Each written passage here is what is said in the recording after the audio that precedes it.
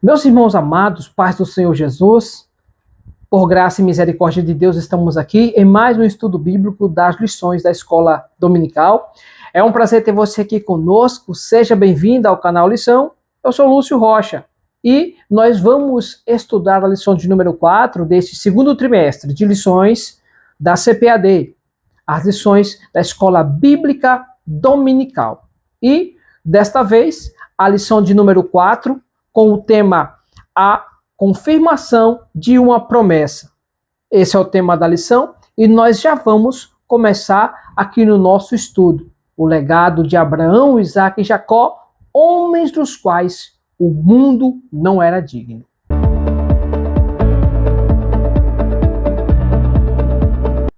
Muito bem, queridos, eu já quero pedir aqui a confirmação do seu gostei do vídeo, tá bom? Muito obrigado aos irmãos que sempre nos acompanham, que sempre nos dá aquela força de continuarmos aqui fazendo esse trabalho, tá bom? Que seja para a glória de Deus. Se nós alcançarmos uma alma nesse trabalho, isso já valeu todo o esforço de um ano. Muito obrigado, mais uma vez, agradeço. E já quero pedir para que você, que não é inscrito no canal, se inscreva no canal, ative o sino de notificações e também compartilhe o vídeo e deixe um comentário, tá bom? Nós vamos entrar aqui na lição de número 4, com o tema A Confirmação de uma Promessa, e o texto áureo está inserido no livro do Gênesis, no capítulo 17, e versículo 7, que diz assim: Estabelecerei o meu concerto entre mim e ti, e a tua semente depois de ti em suas gerações, por concerto perpétuo, para te ser a ti por Deus, e a tua semente depois de ti. A verdade prática fala assim: Deus é fiel para cumprir tudo aquilo que nos prometeu.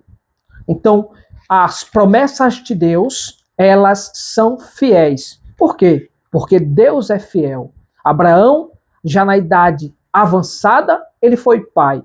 Da mesma forma, quando Deus lhe faz uma promessa, pode ter certeza de que ela vai se cumprir. Eu sim, já tive promessas realizadas por Deus, que Ele fez na minha vida, e este momento aqui, eu até digo para vocês, este lar onde eu estou, essa casa, esse lugar, isso aqui, é obra de Deus, e Ele havia me dito que ia me dar, e me deu. Então assim, em situações, circunstâncias materiais, Deus me deu, tá? Deus prometeu e Ele cumpriu. Muito bem, nós vamos continuar aqui na leitura bíblica em classe, que está no livro do Gênesis, no capítulo 17, são 9 versículos, do 1 ao 9. Diz assim: Sendo, pois, Abrão, da idade de 99 anos, apareceu o Senhor a Abrão e disse-lhe: Eu sou o Deus Todo-Poderoso. Anda em minha presença e sê perfeito. E porei o meu concerto entre mim e te multiplicarei grandissimamente. Então caiu Abrão sobre o seu rosto e falou Deus com ele, dizendo: Quanto a mim, eis o meu concerto contigo e serás o pai de uma multidão de nações. E não se chamará mais o teu nome Abrão, mas Abraão será o teu nome, porque por pai de multidão de nações te tenho posto. E te farei frutificar grandissimamente, e de ti farei nações, e reis sairão de ti. E estabelecerei o meu concerto entre mim e ti, e a tua semente depois de ti, em suas gerações, por concerto perpétuo, para te ser a ti por Deus, e a tua semente depois de ti. E te darei a ti, a tua semente depois de ti, a terra de tuas peregrinações, toda a terra de Canaã, em perpétua possessão, e ser-lhe-ei o seu Deus. E disse mais Deus a Abraão: Tu, porém, guardarás o meu concerto, tu e a tua semente depois de ti, nas suas gerações. Então aqui Deus já mostra que ele tinha um concerto, um pacto, uma aliança com Abraão, e não somente com Abraão, mas com os filhos de Abraão que viessem depois dele. Então Deus, ele é justamente fiel para cumprir com as suas promessas. E hoje nós vemos que a nação judaica, eles servem a o Deus de Abraão, de Isaque e de Jacó. Ainda mais também, o filho de Abraão, no caso Ismael, ele também é pai de uma multidão de pessoas, no caso, os árabes que são descendentes de Abraão também fazem parte dessa multidão de nações às quais Abraão seria pai. Então aqui nós podemos falar que realmente Deus, ele cumpriu as suas promessas na vida de Abraão e também na vida dos seus descendentes, no caso, as pessoas que viriam depois de Abraão. Nós vamos começar aqui a introdução, que está bem elaborada pelo nosso comentarista. Diz aqui: Deus prometeu que Abraão seria pai da multidão de nações, mas ele já estava com 99 anos e sua esposa estéril estava com 89. Porém, o Eterno mais uma vez trouxe esperança ao coração de Abraão, afirmando: e estabelecerei o meu concerto entre mim e ti e a tua semente depois de ti, em suas gerações. Neste caso, e nessa oportunidade, veremos que Deus é fiel e cumpre suas promessas no tempo certo. Como o comentarista já disse, Deus cumpriu as suas promessas no tempo certo com Abraão. A terra da qual Abraão era peregrino, Deus deu aos seus descendentes. Primeiramente, a gente vê que Abraão peregrinou nas terras de Canaã, quando as terras eram dos cananeus, dos jebuseus, dos ferezeus, enfim, os povos que habitavam naquela terra eram justamente os donos dela. Só que Deus disse: aqui, Abraão, aqui eu vou te dar. E quem de nós não pode contar uma promessa que Deus fez a nós? Quem de nós que com a vida de oração, que já com o coração quebrantado, voltado ao Senhor, querendo servir ao Senhor e andando em sua presença com sinceridade e humildade, quem de nós nunca recebeu uma promessa de Deus? Então, se alguém que não recebeu, é porque não buscou ouvir a voz do Senhor. Porque quando a gente ouve buscar ouvir a voz de Deus, Ele fala conosco e faz promessas nas nossas vidas. Pode até não ser as promessas que Ele fez para Abraão, mas Ele faz promessas sim. Então, se Deus Ele promete algo para alguém, Ele vai cumprir. Muito bem, nós vamos entrar aqui no primeiro tópico da lição, que fala: Deus muda o nome de Abrão e de Sarai. No primeiro ponto, diz o novo nome de Abrão. O segundo ponto vai falar o novo nome de Sarai. E o terceiro ponto, o pai da fé riu diante da promessa. Então, aqui no primeiro ponto, diz: nos tempos do Antigo Testamento, os nomes dos filhos, em grande parte, não eram escolhidos somente porque os pais achavam os nomes bonitos ou era moda. Existiam vários fatores que influenciavam na escolha, como, por exemplo, a vontade de Deus, as circunstâncias na hora do nascimento ou até mesmo as características físicas do bebê, como no caso de Esaú, que nasceu ruivo e bem cabeludo, no Gênesis 25 e 25. No entanto, no caso de Abrão, seu nome original significa pai exaltado. Porém, diante do plano de Deus em sua vida, esse nome não parecia adequado. E o Senhor lhe mudou o nome para Abraão, confirmando que seria o pai de multidão. Então, aqui no Gênesis, nós vemos, no Gênesis 17, nós vemos Deus fazendo promessas grandiosíssimas para Abraão. Então, o nome Abraão significa pai exaltado, pai elevado, pai alto. Mas só que Abraão, ele não era pai. Porém, o projeto de Deus não tem nada a ver com o homem ser grande, mas sim com Deus crescer diante desse homem. O homem crescer diante de Deus e Deus ser grandioso na vida dele. Então aqui Deus coloca Abraão em uma posição, sim, elevada. Seu nome Abrão, pai elevado, pai exaltado. Agora Abraão se torna um homem elevado por justamente o seu nome se chamar agora Abraão. A palavra hebraica Avrão, no caso pai exaltado, e agora ele se torna Abraão. No caso, é colocado um H neste nome de Abrão. Tá? Esta seria a pronúncia correta no termo hebraico. E Abraão quer dizer pai de multidão, o pai de multidão de nações. Então aqui Abraão seria justamente a confirmação de uma promessa que Deus fez a ele lá ainda quando ele chegou na terra de Canaã, nos primeiros anos. No caso, 24 anos atrás, Deus havia prometido que Abraão seria pai de multidão. Como se alguém pudesse contar a areia da praia e as estrelas do céu, assim eles conseguiriam contar a descendência de Abraão. Então, pai elevado, pai exaltado, agora se torna pai de multidão. Avrão passa a ser Abraão. Agora, Deus está justamente pondo em início uma promessa que ele fez 24 anos atrás. Então, nós vamos continuar, porque mais à frente agora vai ser o nome de Sarai que será mudado. O subponto 2 aqui do tópico 1 da lição diz o novo nome de Sarai.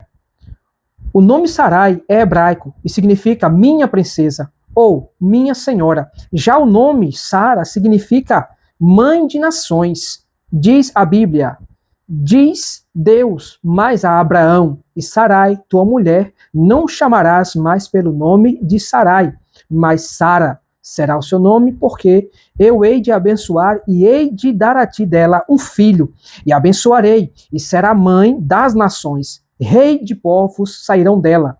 No Gênesis 17, versículo 15 e 16. Então, o nome, a expectativa de Sarai em ser mãe, pois ela era estéril, começa agora. A expectativa começa agora a partir do seu nome ser mudado. O nome Sarai, que quer dizer minha princesa, o I simplesmente denota aqui a palavra minha.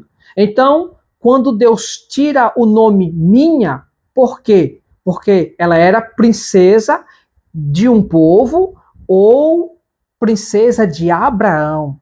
Ela tinha uma particularidade, ou era do seu povo, ou era simplesmente relacionado a ser princesa de Abraão. Só que agora, com esse I retirado, ficando Sara, que é colocado também um H no final, então ela quer dizer somente princesa, que também denota ser o que Deus falou. Ela será mãe de nações, mãe das nações. Então, ao invés de ela ser princesa de Abraão, ela agora seria princesa de muitas nações, ok? Então, fica aqui bem elaborado da parte de Deus, como ele coloca as suas iniciais, ele grava o seu nome no nome de Abraão.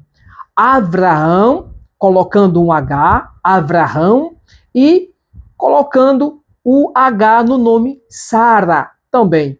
Então aqui Deus, nós podemos ver que Deus é detalhista, ele é detalhista, e com certeza Deus é exclusivista, porque ele justamente, ele vela e ele cuida daquilo que é seu. Deus tem ciúme daquilo que é seu. Se nós fôssemos aqui contar a experiência de Abimeleque, onde a Bíblia registra que Deus não deixou Abimeleque tocar em Sarai, por causa justamente que ela era mulher casada e o seu marido era profeta, nós vemos aqui que Deus estava guardando o seu povo, Deus estava guardando a sua promessa. Deus tinha um negócio muito grande, muito forte com Abraão, e ele não permitia que esse plano desse por água abaixo. De forma nenhuma, Deus protegeu Sarai, que posteriormente agora se torna Sara, e protegeu também Abraão, que posteriormente se torna Abraão. Aqui no nosso hemisfério nós falamos dessa forma. Muito bem. Então nós entendemos que Deus muda o nome de Sara, muda o nome de Abraão, e Deus, ele é detalhista, colocando a sua credencial, a sua marca nesses nomes. O nome Yahvé, YHWH, agora Deus pega o seu H e coloca nos nomes dos seus filhos, Sara e Abraão. Vamos para o ponto 3 que diz: Pai, o pai da fé riu diante da promessa. Parece que o tempo passou, o coração de Abraão fragilizado, pois ao ouvir novamente a promessa divina, ele ri e assevera: a um homem de 100 anos há de nascer filho? E conceberá Sara na idade de 90 anos?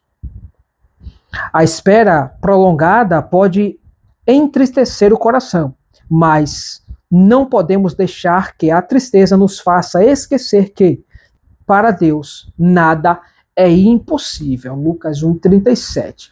Então, podemos até ver que as circunstâncias que nós enfrentamos, diante de algo que nós queremos, diante daquilo que desejamos, as barreiras podem ser grandes. Porém, o que nós não podemos deixar de acreditar é que Deus pode derrubar essas barreiras. Existem momentos que realmente nós estamos fracos, nós estamos para baixo, nós estamos tristes, mas a verdade é que Deus, ele está aqui para nos ajudar. Abraão estava triste no capítulo 15, só que Deus vem e anima Abraão. E Deus diz: Abraão, eu sou o teu grandiosíssimo galardão, anda na minha presença e ser perfeito. Então, Abraão, ele tem a sua fé animada naquele dia, reavivada. Deus diz: eu vou te dar, você vai ser pai de nações. Então, a partir daquela promessa, se passaram muitos anos e Abraão, ele agora tem uma confirmação de que Deus vai fazer o milagre acontecer. Impossível para a biologia humana, né, a fisiologia humana, um homem de 100 anos, é impossível que um homem de 100 anos ele consiga produzir gametas que sejam estruturados, que não sejam fragmentados. Ele pode até produzir, porém, são deteriorados. E ele não consegue, com 100 anos, produzir.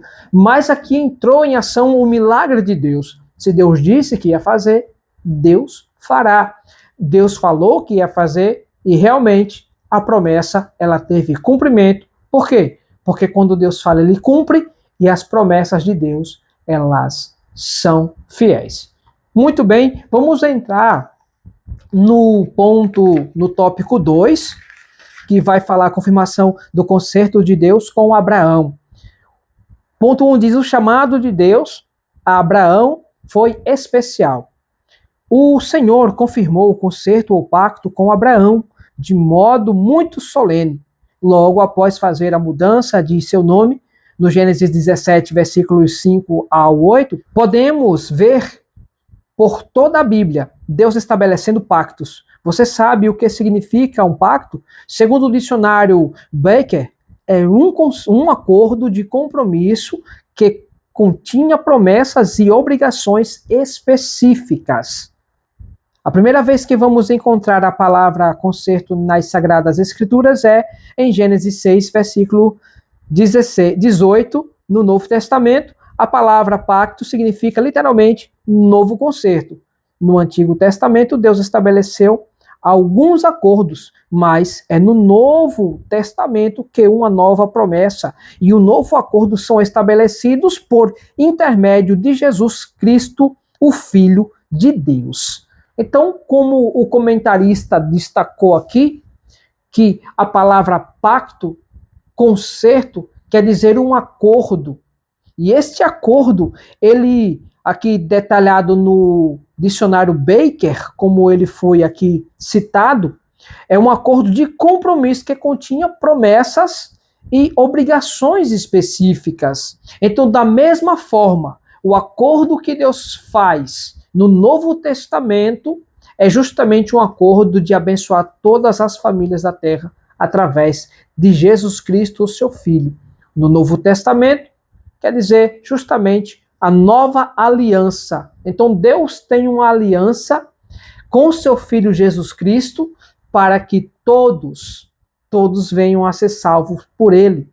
Então a gente vê quando Paulo escreveu a Tito, dizendo que a graça de Deus se há manifestado trazendo salvação a todos os homens. Então, é um pacto que Deus fez. Ele deixou liberado para você a porta da graça.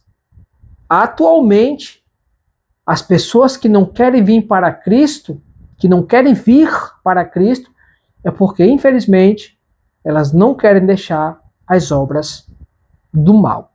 Mas nós, como igreja, nós andamos na presença do Senhor por misericórdia e nós vamos conseguir vencer, porque esta promessa exige obrigações específicas e nós teremos a recompensa das renúncias às quais nós fazemos. Vamos no ponto 2. Qual o objetivo do concerto com os patriarcas? O propósito único e supremo era trazer salvação, não apenas a uma nação, Israel, mas toda a raça humana. Deus havia prometido que abençoaria todas as famílias da terra por intermédio de Abraão. O concerto de Deus foi dado ao povo de Israel para que eles pudessem ser a luz dos gentios. Deus nunca teve a intenção de privilegiar somente um povo. A graça de Deus era e é dada a todas as nações. Nós vemos isso em Isaías 49:6. E também vemos que esse concerto foi executado com êxito por meio de Jesus Cristo e seus discípulos, que depois da sua ressurreição e ascensão ao céu, transmitiram o evangelho por todo o mundo. Então, aqui, justamente em Abraão, seriam benditas todas as famílias da terra. Então, eu dizer para você que uma civilização formada no evangelho, formada dentro dos padrões bíblicos, os conceitos judaico-cristão, ela não seria uma das mais perfeitas da terra, eu estaria sendo injusto e totalmente desleal à palavra de Deus. Um conceito de alguém que fala dessa forma, com certeza ele está desbalanceado da Bíblia Sagrada. Então, todas as famílias da terra seriam benditas em Abraão. Então, nós estamos aqui justamente crendo em Cristo Jesus por causa de que Jesus ele veio da descendência de Abraão. Jesus ele estabeleceu o conserto, o pagamento do resgate, o preço que resgatou a vida humana da condenação eterna vem justamente da bênção de Abraão. Então, para se ter esta bênção provinda de Abraão, é necessário crer em Cristo pela fé. Abraão, o pai da fé, ele simplesmente teve as atitudes as quais se exigiam de alguém que quisesse se aproximar de Deus, somente pela fé. E foi isso que Abraão fez, tanto é que Deus o denominou de o pai da fé. Então, a fé que nós cremos em Cristo, ela provém justamente da promessa de Deus feita a Abraão. O subponto 3 vai falar assim: o conserto e as promessas. O pacto de Deus com Abraão viria acompanhado de várias promessas. Observe, Deus seria o escudo e o galardão de Abraão, no capítulo 15, no versículo 1. Lhe daria muitos descendentes e também a terra de Canaã como herança.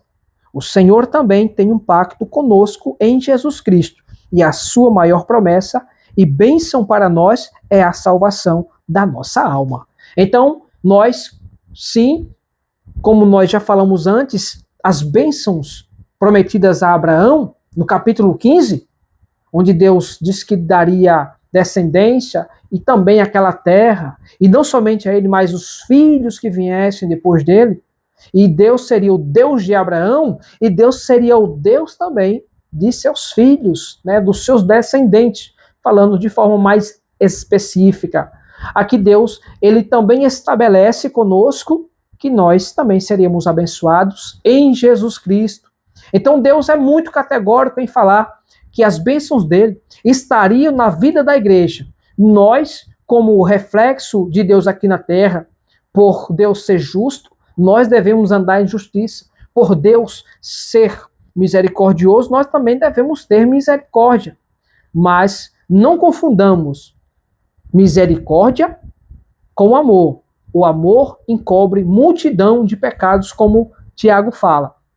Mas a justiça, ela também faz parte das características de Deus. Deus é justo.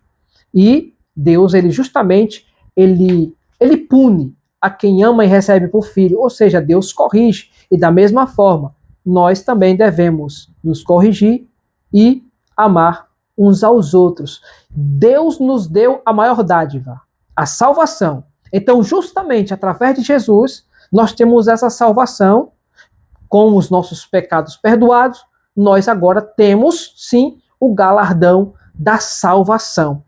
A recompensa que Deus dá para nós, pelas bênçãos advindas prometidas a Abraão lá atrás, inclusive a salvação. Vamos mais adiante no tópico 3, o último tópico, que também tem 3 pontos, o pacto perpétuo da circuncisão. Todo macho será circuncidado. Na renovação do concerto de Deus com Abraão, ele inclui o pacto da circuncisão. Deus lhe disse que aquele seria o sinal visível da aliança entre ele e a descendência de Abraão, uma marca perpétua que lembraria o compromisso da fidelidade de Deus. Então, em termos simples e visíveis, uma marca no corpo, Deus aqui estabeleceu para Abraão e sua casa, que todo homem fosse circuncidado, isto é, cortar o prepúcio, né, do órgão genital masculino. Dali, Deus estava justamente estabelecendo um concerto com Abraão. E esse concerto seria na carne, era um concerto visível. Segundo alguns estudiosos, dizem que aquela parte do prepúcio é justamente o primeiro contato com a vida. E neste contato com a vida, o primeiro canal que se passa para alguém passar a viver, o primeiro contato seria justamente por aquele canal. Então, a partir dali, as doenças e mazelas adquiridas, aquela vida ela já passaria com todas as maldições quebradas. Algo que vinha de algo, alguma coisa que viesse de adorações a deuses passados, naquele momento, aquela semente ela viria de forma limpa, sem ligação com deuses estranhos. Isso é alguns estudiosos. Pode ser que não tenha significado disso, mas é interessante a narrativa, a explicação sobre este assunto, que tem um certo sentido para nós. Se nós colocarmos a mente para raciocinar, a gente acha que realmente faz sentido. Porém, aqui Deus estava estabelecendo algo visível, que não foi explicado em contextos bíblicos, mas Deus estabeleceu a circuncisão para todos os filhos de Abraão, para o seu povo, a circuncisão da carne. Então, já passando para frente, nós vamos entrar aqui no subponto 2, onde vai explicar também algo muito bom, quando deveria ser feita a circuncisão. O bebê do sexo masculino deveria ser circuncidado ao completar 8 dias de nascido, no Gênesis 17, versículo 12. A circuncisão é feita entre os judeus até o dia de hoje, sendo realizada por especialistas e com uso de anestesia. Antes não era dessa forma, tá? Antes era, como se diz, no cru, era no natural mesmo. Mas hoje já eles fazem isso de forma com preparo clínico, com preparo, né, medicinal. Então, Israel ainda mantém o concerto estabelecido com Abraão desde o Antigo Testamento. A nação judaica hoje, a nação de Israel hoje, eles têm esse conceito ainda sendo exercitado. O macho, 8 dias, ele é circuncidado, ele é levado até um centro clínico, cirúrgico, e ali é feito este processo simples, mas que tem um sentido espiritual para com Deus. O ponto 3, o último ponto da lição, fala da circuncisão do coração. Esse aqui é o mais importante. Então diz, em obediência à determinação de Deus, Abraão realizou esse ato em seu filho Ismael, quando este tinha 13 anos, e a todos os que estavam em sua casa. Ele próprio também foi circuncidado quando já estava com 99 anos de idade, no Gênesis 17, versículos 23 ao 27. Não podemos nos esquecer de que a circuncisão física era inútil para aqueles cujo coração permanece incircunciso. Mas como é realizada a circuncisão do coração? Ela é realizada quando a pessoa ama o Senhor por completo e entrega-se a Ele também por completo. Deuteronômio 10, versículo 16. Deuteronômio 30, versículo 6. Jeremias 4, versículo 4. Romanos 2, versículo 29. Na nova aliança, somente a circuncisão do coração, mediante a graça e a fé em Jesus Cristo, é capaz de nos fazer levar uma vida de obediência e dedicação ao Senhor. Então aqui, Deus requer obediência. Deus requer a circuncisão do coração. Não é simplesmente agora fazer a circuncisão da carne, do órgão da genitália masculina, mas é feito a circuncisão no coração. O meu entendimento, o meu corpo, a minha alma, elas pertencem a Deus. Então, servir ao Senhor de todo o teu coração, de toda a tua alma e de todo o teu entendimento. Então aqui Jesus foi específico ao dizer para o fariseu que ele deveria servir a Deus dessa forma. E quando o fariseu disse que os mandamentos eram resumidos em 2, Jesus disse, não estais longe do reino do céu. Isso quer dizer que, em entendimento simples, ele realmente estava se desprendendo das tradições da carne, das tradições ritualísticas, e estava vendo que um coração contrito, uma mente limpa, voltada ao Senhor, e um corpo santificado, consagrado a Deus, isso era o que realmente era importante. Primeiramente, a obediência a Deus. Amar ao próximo e a si mesmo. Nisso se resumia toda a lei. Então aqui, Jesus, ele deixa claro para nós que nós devemos, sim, andar em obediência ao Senhor. E dessa forma, nós seremos mais que vencedores. Bem-aventurados são os pacificadores, são os humildes, os limpos de coração, são os misericordiosos. Então aqui, isso são características de filhos de Deus. Então Jesus, ele deixa claro que uma vida com o coração e uma alma voltada ao Senhor, amarás ao Senhor teu Deus de toda a tua alma, de todo o teu coração, de todo o teu entendimento. É corpo, alma e espírito. Então a gente realmente faz aquilo que Deus estabeleceu.